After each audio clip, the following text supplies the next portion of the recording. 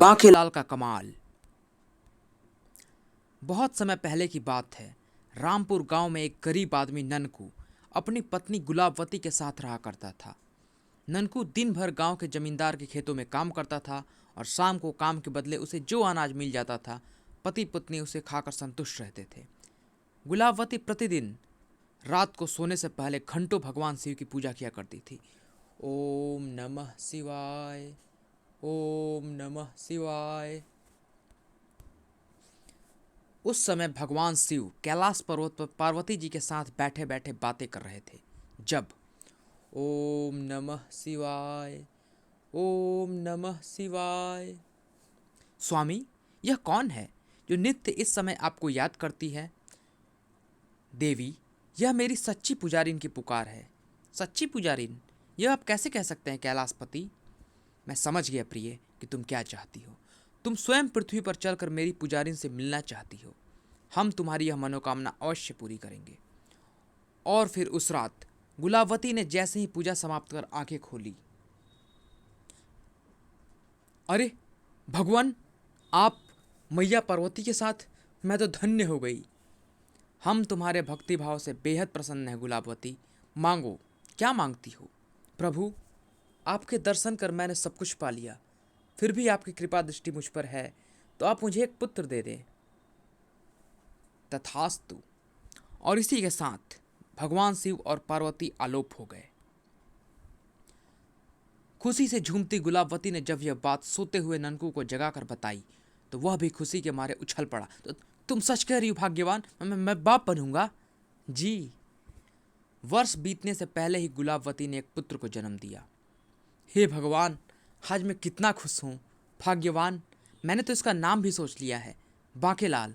क्यों, कैसा रहेगा? वाह, कितना सुंदर नाम सोचा है आपने। फिर बांकेलाल अपने पिता के प्यार और माँ की ममता की छाव में बड़ा होने लगा। और बांकेलाल जब 7-8 वर्ष का हुआ तो पिता के लाड़ प्यार ने उसे शरारती बना दिया। खटाक! हाय मैया! उन्हीं दिनों भगवान शिव पार्वती जी के साथ आकाश मार्ग से उधर से गुजर रहे थे कि नाथ, आपको याद है ना, कुछ वर्ष पूर्व आपने इस गांव की एक स्त्री को पुत्र प्राप्ति हेतु वरदान दिया था। प्रिय, मैं अपने भक्तों को कभी नहीं भूलता। नाथ, मैं आपके आशीर्वाद का फल यानी उस बालक को देखना चाहती हूँ। अवश्य प्रिय। और जब भगवान शिव पार्वती जी के साथ गुलाबवती के घर पहुँचे तो उस समय घर में बांकेलाल और गुलाबवती थे। ननकू खेतों पर काम करने गया हुआ था। भगवान, हाँ, आप भीतर चलकर विराजमानिए। नहीं गुलाबवती, अब हम चलेंगे। हम तो सिर्फ इस बालक को देखने आए थे। ऐसा कैसे हो सकता है मैया? आज तो आपको इस गरीब का आतिथ्य स्वीकार करना ही पड़ेगा। बहुत इनकार के बाद आखिर में उन्हें गुलाबवती की बात माननी ही पड़ी। और उस समय गुलाबवती के घर में कुछ था नहीं, किंतु वह पड़ोस के घर से थोड़ा दूध मांग लाई और उसे गर्म कर 2 गिलासों में डाला। और फिर उई, अभी तो दूध गर्म है, जब तक यह ठंडा होता है मैं प्रभु के दर्शन ही क्यों ना कर लूं। और जैसे ही गुलाबवती रसोई से बाहर पहुंची, खेलता हुआ बांकेलाल रसोई में पहुंचा। अरे, ये मेढक कहाँ से आया? शरारती बांकेलाल ने मेढक पकड़ा और दूध से भरे 2 गिलासों में से एक में डाल दिया। अब मजा आएगा। थोड़ी ही देर बाद वह मेढक वाला दूध से भरा गिलास शिव जी के हाथों में था। तभी, अरे ये क्या, दूध में मेढक! बांके को मुस्कुराता देख भगवान तुरंत समझ गए कि यह शरारत इसी ने की है। अतः वह क्रोधित हो उठे। उदंड बालक, तूने मुझे शुद्ध शाकाहारी को धोखे से मांस का अर्क पिलाने की कोशिश की। जा, मैं तुझे श्राप देता हूँ कि तू हमेशा निकम्मा और शरारती रहेगा। गुलाबवती चीख पड़ी, नहीं प्रभु, नहीं। बालक की शरारत का इतना कठोर दंड न दे। हाँ प्रभु, अपना श्राप वापस ले लें, अन्यथा मैं अपना सर आपके चरणों में पटक पटक कर जान दे दूंगी। स्वामी, क्षमा कर दीजिए।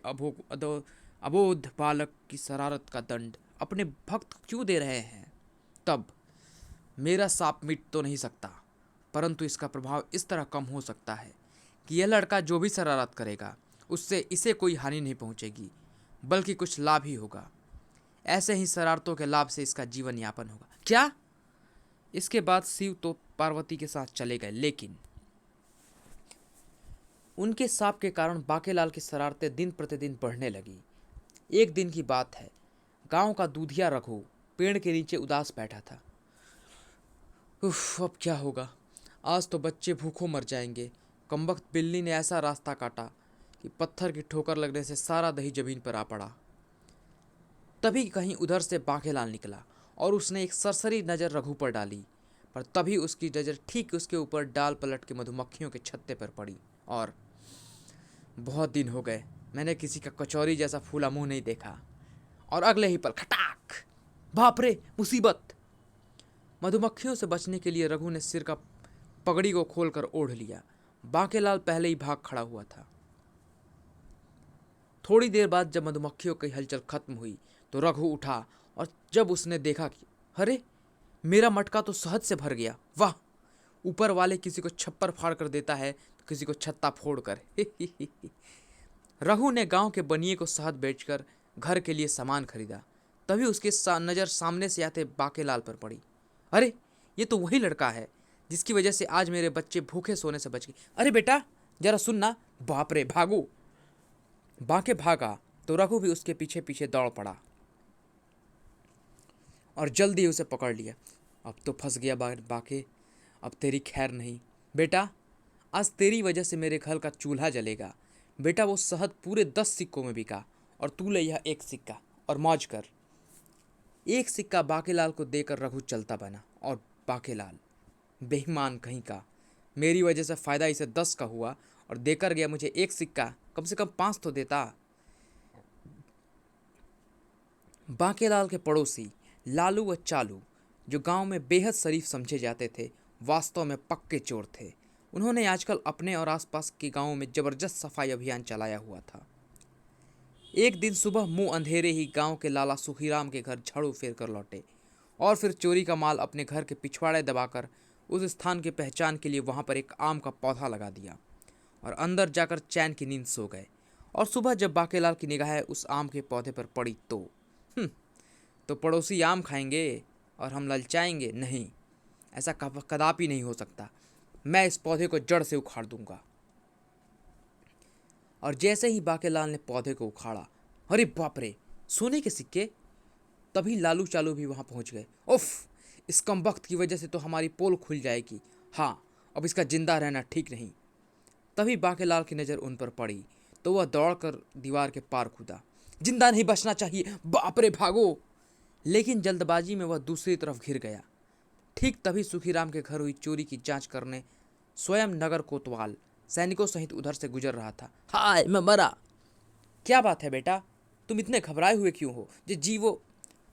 उसी समय चारदीवारी पर लालू चालू प्रकट हुए और बाहर सैनिकों को देख वे घबरा गए। खतरा! भाग बे चालू! क्या मतलब? ये हमें देखकर घबरा क्यों रहे हैं? जरूर दाल में कुछ काला है। और फिर सैनिकों, पकड़ो उन दोनों को! सैनिक जल्दी ही लालू चालू को पकड़ लाए। अब जल्दी ही अपनी राम कहानी अपनी जुबानी बता डालो, वरना हमें माफ़ कर दीजिए हुजूर। फिर लालू चालू ने अपने अपराध स्वीकार कर लिए और साथ ही अब तक की सारी चोरियों का माल भी उनके हवाले कर दिया। तब, अरे बाप रे, ये तो पुराने घाघ हैं। और तो नहीं है कुछ? नहीं हुजूर। दूसरे दिन नगर कोतवाल के कहने पर सभा का आयोजन किया गया। भाइयों, आपके गांव के बाकेलाल ने बहुत पुराने चोरों को पकड़वाकर अनेक चोरियों का माल दिलवाया है। ऐसे रंगे चोरों को पकड़ना बहुत मुश्किल था। मैं चोरी के माल से 10वां भाग बाकेलाल को इनाम में देता हूँ। वाह भाई वाह, बाकेलाल ने तो कमाल कर दिया। ननकुआ का लड़का तो कमाल का निकला। और इस तरह शरारतें करता और उसके लाभ उठाता हुआ बाकेलाल बड़ा हो गया। लेकिन बाकेलाल का दुर्भाग्य था कि ननकू व गुलाबवती पिछले ही वर्ष उसे अकेला छोड़कर स्वर्ग सिधार गए थे। दूर दूर के गांवों में भी उसकी प्रसिद्धि फैल चुकी थी। बारिश का मौसम था। बाकेलाल अपने घर के आंगन में चारपाई पर बैठा कोई नई शरारत करने की योजना बना रहा था। बेटा बाके, अब की बार कोई ऐसी तरकीब सोच जिससे हर बार की तरह तेरी योजना की टांग न टूट सके। मैं चाहता कुछ और हूँ और होता कुछ और है। तभी वह कुछ सोचते सोचते चुटकी बजाकर उछल पड़ा, वो मारा पापड़ वाले को। और फिर तुरंत ही अपने दिमाग में आई नई योजना को कार्य रूप देने के लिए वह गांव के मुखिया के घर की ओर चल दिया। अब मैं जल्द ही माला माल हो जाऊंगा। हर बार एक दो आदमी की खाट खड़ी करने की सोचता हूँ तो उसकी खाट खड़ी होने की बजाय उड़न खटोला बन जाती है। पर इस बार पूरे गांव का बेड़ा गर्क करके मानूंगा। मुखिया जी के घर के बाहर ही चौपाल पर कुछ लोगों के साथ बैठे किसी मामले पर विचार कर रहे थे। तभी बाकेलाल उनके सामने कुछ परेशान सा हुलिया बनाए पहुंचा। राम राम मुखिया जी। राम राम बाकेलाल। आओ बैठो। कहो कैसे आना हुआ? सब खैरियत तो है? मुखिया जी मेरी तो खैर है, पर क्या बात है बाकेलाल, तुम हिचकिचा क्यों रहे हो? बात यह है मुखिया जी कि आज शाम तक अपने गांव में एक भयानक मुसीबत आने वाली है। क्या? बांकेलाल की बात सुनकर वहां पर मौजूद सारे लोग हैरान हो गए। कैसी मुसीबत? तुम कहना क्या चाहते हो बांकेलाल? तबाही, विनाश, बर्बादी। बांकेलाल के मुंह से तबाही, विनाश, बर्बादी जैसे शब्द सुनकर गांव वालों के मुख से चीख निकल पड़ी। आखिर बात क्या है? तुम किस तबाही या बर्बादी की ओर संकेत कर रहे हो बांकेलाल? मुखिया जी बात दरअसल यह है कि कल रात शंकर भगवान ने मुझे सपने में दर्शन दिए और उन्होंने कहा कि आज रात तक इस गांव में भयानक बाढ़ आने वाली है, जिससे सारा गांव पानी में डूब जाएगा। कोई उपाय भी बताया उन्होंने उस मुसीबत से बचने का? जी हाँ, भगवान शंकर ने मुझसे सपने में कहा कि सारे गांव वालों को अपने अपने घरों को छोड़कर ऊंचे टीलों पर पहुंच जाएं। इसी में सबका कल्याण है। ओह, ठीक है बाकेलाल, तुम्हारा बहुत बहुत धन्यवाद। तुमने समय रहते यह खबर देकर बहुत बड़े पुण्य का काम किया है। मैं अभी यह खबर गांव में पहुंचाए देता हूं। और आप सब लोगों तो आने वाले समय की गंभीरता से परिचय हो ही चुके हैं, अतः आप लोग अपने गांव में जाकर बचाव की तैयारी करें। ठीक है मुखिया जी, चलो भाइयों। और इसके साथ ही बांकेलाल अपनी योजना के सफल होने की आशा में मन ही मन खुश होता हुआ अपने घर की ओर चल दिया। वाह, क्या शक्ति बाण चलाया है! और घर पहुंचकर खूब मूर्ख बनाया मैंने मुखिया को। अब आएगा मजा। सारे गांव वाले अपने अपने घरों को छोड़कर गांव से बाहर ऊंचे टीलों पर चले जाएंगे और मैं उनके घर में घुसकर अच्छा खासा माल बटोर लाऊंगा। और जब कल मुखिया जी मुझसे कहेंगे कि बाढ़ नहीं आई तो कह दूंगा कि मैं क्या करूं, जैसा मुझे सपना आया था मैंने आपको बता दिया था। और यही सब सोचता हुआ वह सो गया। उधर गांव के भोले भाले लोग मुखिया जी द्वारा भेजे गए संदेश को सुनकर गांव छोड़ने की तैयारी कर ही रहे थे। तभी आकाश में काले काले बादल गरजने लगे। उफ, इतना खराब मौसम! अरे भोला जी, मुखिया जी ने सच ही कहलाया है। ऐसी भीषण बरसात मैंने पहली बार देखी है। मुन्ने की माँ जल्दी करो, बस अपने मतलब का थोड़ा सा बहुत सामान ले लो और निकल चलो ऊंचे टीले की ओर। हाँ, आप मुन्ने को पकड़िए, मैं सामान संभालती हूँ। और कुछ ही देर बाद, भागो जल्दी करो, हे भगवान रक्षा करो, कृपा भोलेनाथ। कुछ देर बाद जब पूरा गांव निर्जन हो चुका था, बांकेलाल अपने घर से निकलकर बारिश में भीगता हुआ गांव के महाजन के घर की ओर चल पड़ा। अरे वाह, यह तो सोने पर सुहागा हो गया। गांव वाले इस बारिश को देखकर मेरी बात को सच समझ रहे होंगे और मुझे भी ऐसे सुहावने मौसम में लोगों का घर साफ करने में अलग ही मजा आएगा। सबसे पहले मैं गांव के महाजन लाला हरदयाल के घर में घुसकर उसका माल समेटूंगा, क्योंकि उसके यहाँ काफ़ी मोटा माल मिलने की उम्मीद है। इधर गांव वाले टीले पर पहुंचे और बरसात से बचने की व्यवस्था करने लगे। तभी एक जगह तंबू के लिए बांस गाड़ रहे 3-4 व्यक्तियों के पास एक औरत घबराई हुई आई। रामू के पप्पा, वो क्या बात है कमला, तुम कुछ परेशान से नजर आ रही हो? अनर्थ हो गया स्वामी, मैं बर्बाद हो गई। मैं क्या बात क्या है कमला, तुम बताती क्यों नहीं? स्वामी, अपना रामू लकड़ी लेने जंगल में गया था। गांव से भागने की जल्दी में मुझे उसका ध्यान ही नहीं आया। हाय मेरा रामू। हे भगवान, अब क्या होगा? स्वामी, आप जल्दी से गांव में जाकर मेरे लाल को ढूंढ के लाइए। हाय मेरा रामू। रामू के गांव में रह जाने की खबर कुछ ही देर में पूरे टीले पर फैल गई। तभी टीले के सभी स्त्री पुरुष हरिया और कमला की ओर दौड़ पड़े। हे भगवान, रक्षा करना कमला की लड़के की, बेचारी का एक ही तो लड़का था। प्रभु, कमला के बेटे को बचा लो। तभी गांव के मुखिया जी भी वहां पहुंच गए। क्या बात है, यहाँ भीड़ क्यों लगा रखी है? मुखिया जी, हरिया का लड़का रामू गांव में ही रह गया है क्या? उफ, अब तो बारिश भी तेज है और तूफान भी जोरों पर है, समझ नहीं आता। ऐसा करो, तुम 4-5 लोग हरिया के साथ गांव में जाकर रामू को ढूंढ कर लाने की कोशिश करो। हरिया 3-4 लोगों के साथ गांव की ओर चल पड़ा और इधर जोरों की बारिश और तूफान में बांकेलाल महाजन के घर के सामने खड़ा था। इस मोटे सेठ के घर के अंदर घुसने का रास्ता तो समझ नहीं आता।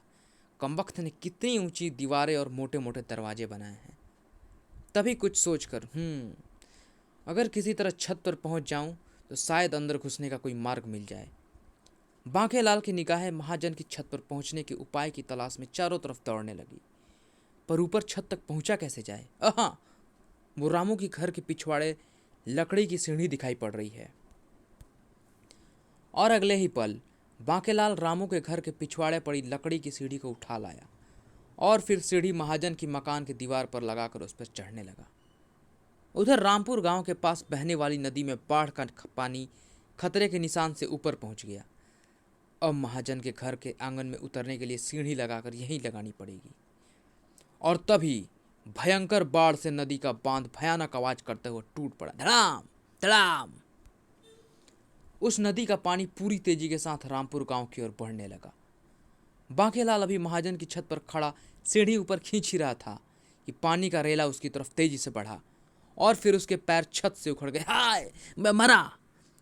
उधर हरिया और उसके साथी जब रामू की तलाश में गांव में जाने के लिए टीले के किनारे पर पहुंचे तो गांव का दृश्य देख चौंक पड़े। हाय, ये तो पूरा का पूरा गांव ही डूब गया। हाँ, और अब तो पानी टीलों की ऊंचाइयों को छूने लगा है। भगवान का शुक्र है कि हम लोग समय रहते ही सुरक्षित ऊंचे टीले पर पहुंच गए। हाँ, वरना शायद हम में से एक भी जीवित नहीं बचता। सबके सब इस बाढ़ में डूब मरते। मैं कहता हूँ भला हो बांकेलाल का, इसने समय रहते खतरे की सूचना देकर पूरे गांव को मरने से बचा लिया। तभी हरिया को लगा जैसे उसका रामू पानी में डूबता हुआ उसे पुकार रहा है और बचाओ बचाओ बापू, मुझे बचा लो। नहीं मेरे लाल, तू चिंता मत कर, मैं आ रहा हूँ। और अचानक हरिया अर्धविक्षिप्त सा पानी की ओर दौड़ पड़ा।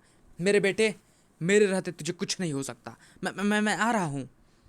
अभी हरिया पानी में छलांग लगाने ही वाला था कि उसके साथियों ने उसे पकड़ लिया। ये क्या पागलपन है हरिया, छोड़ दो मुझे। वो देखो, मुझे मेरा बेटा बुला रहा है। होश में आओ हरिया, देखो हम तुम्हारे साथी हैं। होश में कैसे आऊं? हाय मेरे लाल बहू।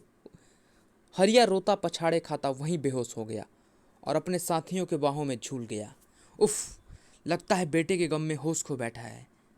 जब वे तीनों बेहोश हरिया को लेकर ऊंचे टीले पर पहुंचे, अपनी पति की बेहोशी और पूरे गांव के डूब जाने की खबर सुन और अपने बेटे रामू के जीवित रहने की रही सही आस खोकर कमला जोर जोर से रोने लगी।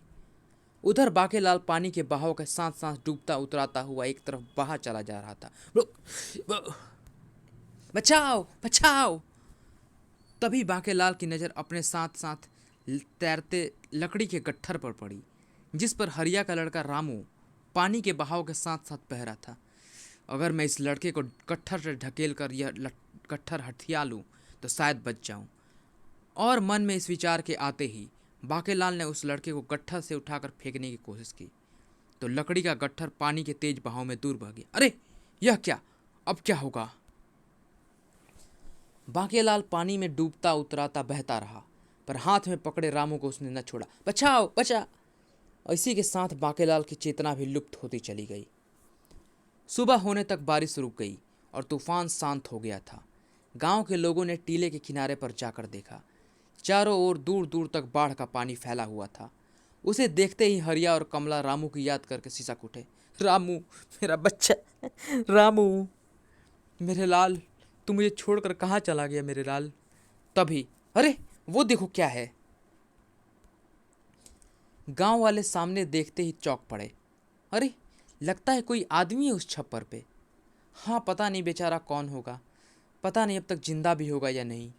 एक पल के लिए हरिया और कमला भी गम भूलकर उत्सुकतावश उधर ही देखने लगे। कुछ देर बाद छप्पर स्वतः ही बहता हुआ किनारे आ गया।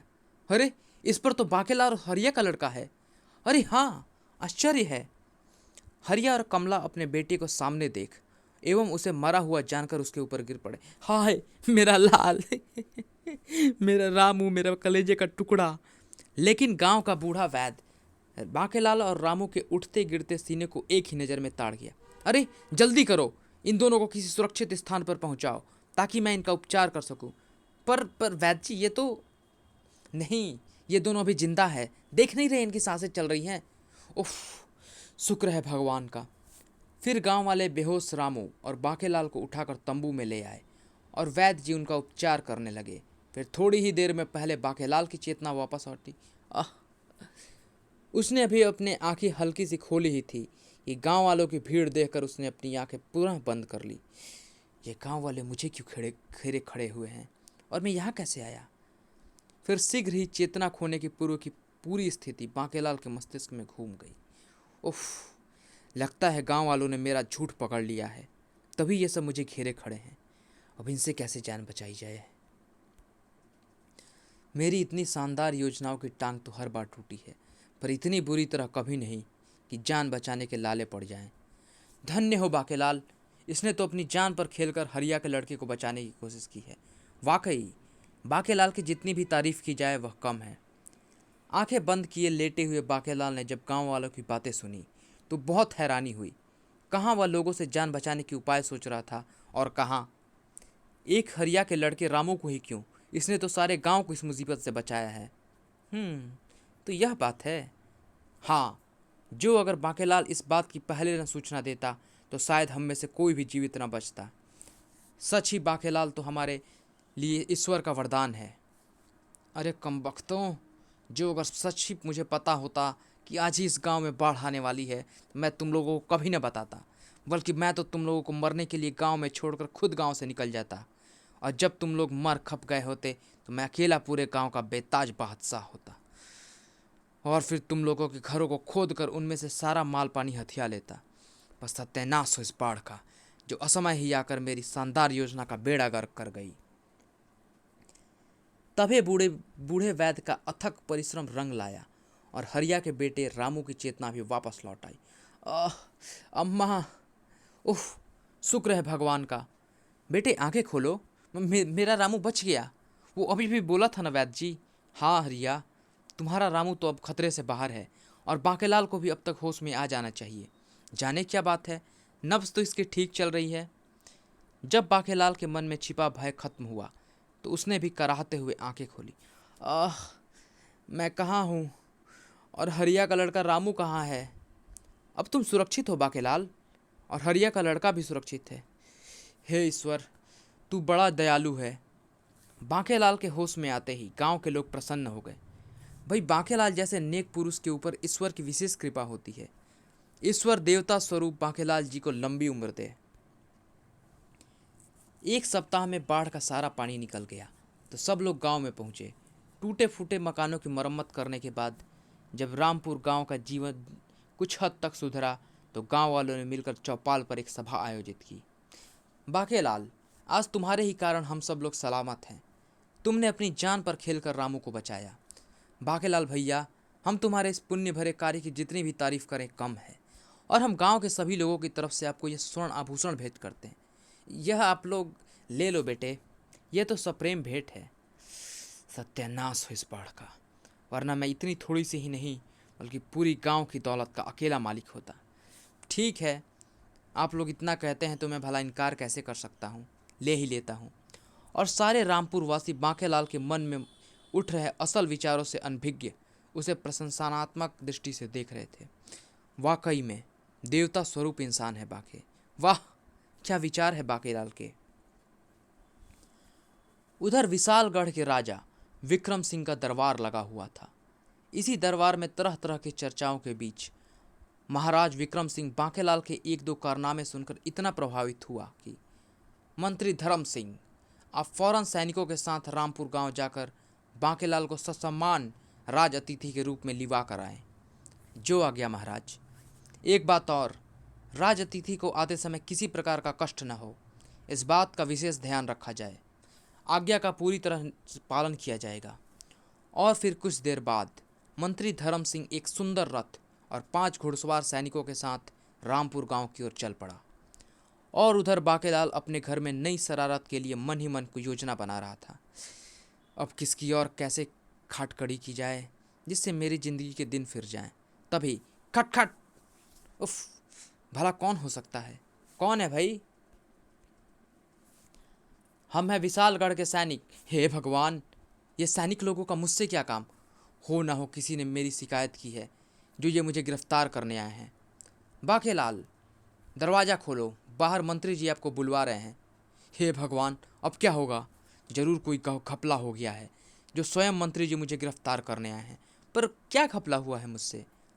और सैनिकों ने देर होती देख जोर से दरवाज़ा भड़बड़ाया। दरवाज़ा खोलो, नहीं तो तोड़ दिया जाएगा। खतरा, और मुझे फौरन भाग निकलना चाहिए। बांकेलाल दरवाजे को इस तरह से भड़बड़ाए जाने पर और भी बुरी तरह से डर गया और खिड़की की ओर लपका।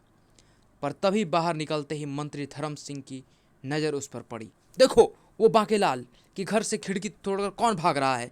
मुझे तो कुछ गड़बड़ लगती है। तुम दौड़कर उसे पकड़ लाओ। और फिर शीघ्र ही वह सैनिक बांकेलाल को पकड़ लाया। कौन हो तुम और भाग क्यों रहे थे? जी, मेरा नाम बांकेलाल है। और क्या क्या? मंत्री के संकेत पर सैनिकों ने फौरन बांकेलाल को छोड़ दिया। बांकेलाल जी, हम आप ही को तो साथ लेने आए थे। पर मेरा कसूर? मंत्री धर्म सिंह मुस्कुराकर बोला। आपको किसी अपराध के लिए नहीं, बल्कि सम्मानित करने के लिए महाराज ने बुलवाया है। डरे हुए बांकेलाल के मंत्री के शब्द व्यंग्यात्मक प्रतीक हुए। महाराज भला मुझे क्यों सम्मानित करने लगे? अवश्य ही मेरे अनगिनत अपराधों में से किसी एक का भंडाफोड़ हुआ है, जो ये यमदूत मेरे पीछे पड़े हैं। क्या सोचने लगे? चलिए जल्दी कीजिए। पर मैं तो आपके साथ नहीं जाऊंगा, मेरी तबीयत ठीक नहीं है। मंत्री धर्म सिंह अच्छे भले बांकेलाल को बहाने बनाते देख क्रोधित हो उठा। देखिए बांकेलाल जी, यदि आप तुरंत ही हमारे साथ खुशी से चलने को राजी न हुए तो मजबूरन ही हमें आपको साथ सख्ती करनी पड़ेगी। और बांकेलाल समझ गया कि उसकी बात मानने में ही सलामती है। ठीक है हुजूर, जैसी आपकी इच्छा। फिर महामंत्री उसे 4 घोड़ों वाले सुंदर रथ पर बिठाकर चल पड़े। और जब मंत्री धर्म सिंह बांकेलाल को लेकर विशालगढ़ के राजमहल में पहुंचे तो रात हो चुकी थी। अतः बांकेलाल को राजा के विशेष कक्ष में ले जाया गया। आइए बांकेलाल जी, आपका स्वागत है। हमने आपकी बहुत तारीफ़ें सुनी हैं। जी, ये तो आपकी महानता है जो आप इस नाचीज को किसी काबिल समझते हैं। नहीं बांकेलाल, न तो हमें किसी की झूठी तारीफ़ करने की आदत है और न सुनने की। हाँ, हमने तुम्हारे लोक कल्याण के कई कारनामे सुने हैं और सुना है तुमने पूरा गांव बाढ़ से डूबने से बचाया है। तो ये बात है, मैं तो बेकार ही डर गया था। मंत्री जी, आप तुरंत बांकेलाल के लिए जलपान का व्यवस्था करवाइए। जो क्या आज्ञा महाराज। आहा, शाही दावत, मज़ा आ जाएगा। धर्म सिंह कमरे से बाहर चला गया। हाँ तो बांकेलाल जी, अब बताएं कि आपको यहाँ तक आने में किसी प्रकार की तकलीफ़ तो नहीं हुई? जी, कोई खास तो नहीं। क्या मतलब? देखो बांकेलाल, मैंने मंत्री धर्म सिंह को विशेषकर यह निर्देश दिया था कि वह तुमको सम्मान सहित हमारे पास लेकर आए और इस बात का विशेष ख्याल रखे कि तुमको रास्ते में कोई तकलीफ ना हो। और तुम शायद नहीं जानते कि हम राजा आज्ञा का उल्लंघन करने वाले किसी भी राज कर्मचारी या अधिकारी को फौरन राजपद से हटा देते हैं। क्या? राजा विक्रम की बात सुनकर बांकेलाल चौंक पड़ा और तभी उसकी उल्टी खोपड़ी में एक नई शरारत ने जन्म लिया। यदि मैं महाराज से कह दूं कि यहाँ लाते समय उसके राजमंत्री ने मेरे साथ बहुत बुरा सलूक किया तो महाराज उसे तुरंत ही मंत्री पद से हटा देंगे और उसकी जगह जो नया मंत्री बनेगा वो मुझसे निश्चित तौर पर खुश होगा, क्योंकि वह अपने मंत्री बनने का कारण मुझे मानेगा और हो सकता है वह मुझसे खुश होकर कुछ इनाम इकराम वगैरह भी मुझे दे दे। क्या बांकेलाल की इस शरारत के कारण मंत्री धर्म सिंह को अपना पद छोड़ना पड़ा, या फिर भगवान शिव के वरदान के कारण उसे बहुत लाभ हुआ? जानने के लिए पढ़े कर भूला हो भला।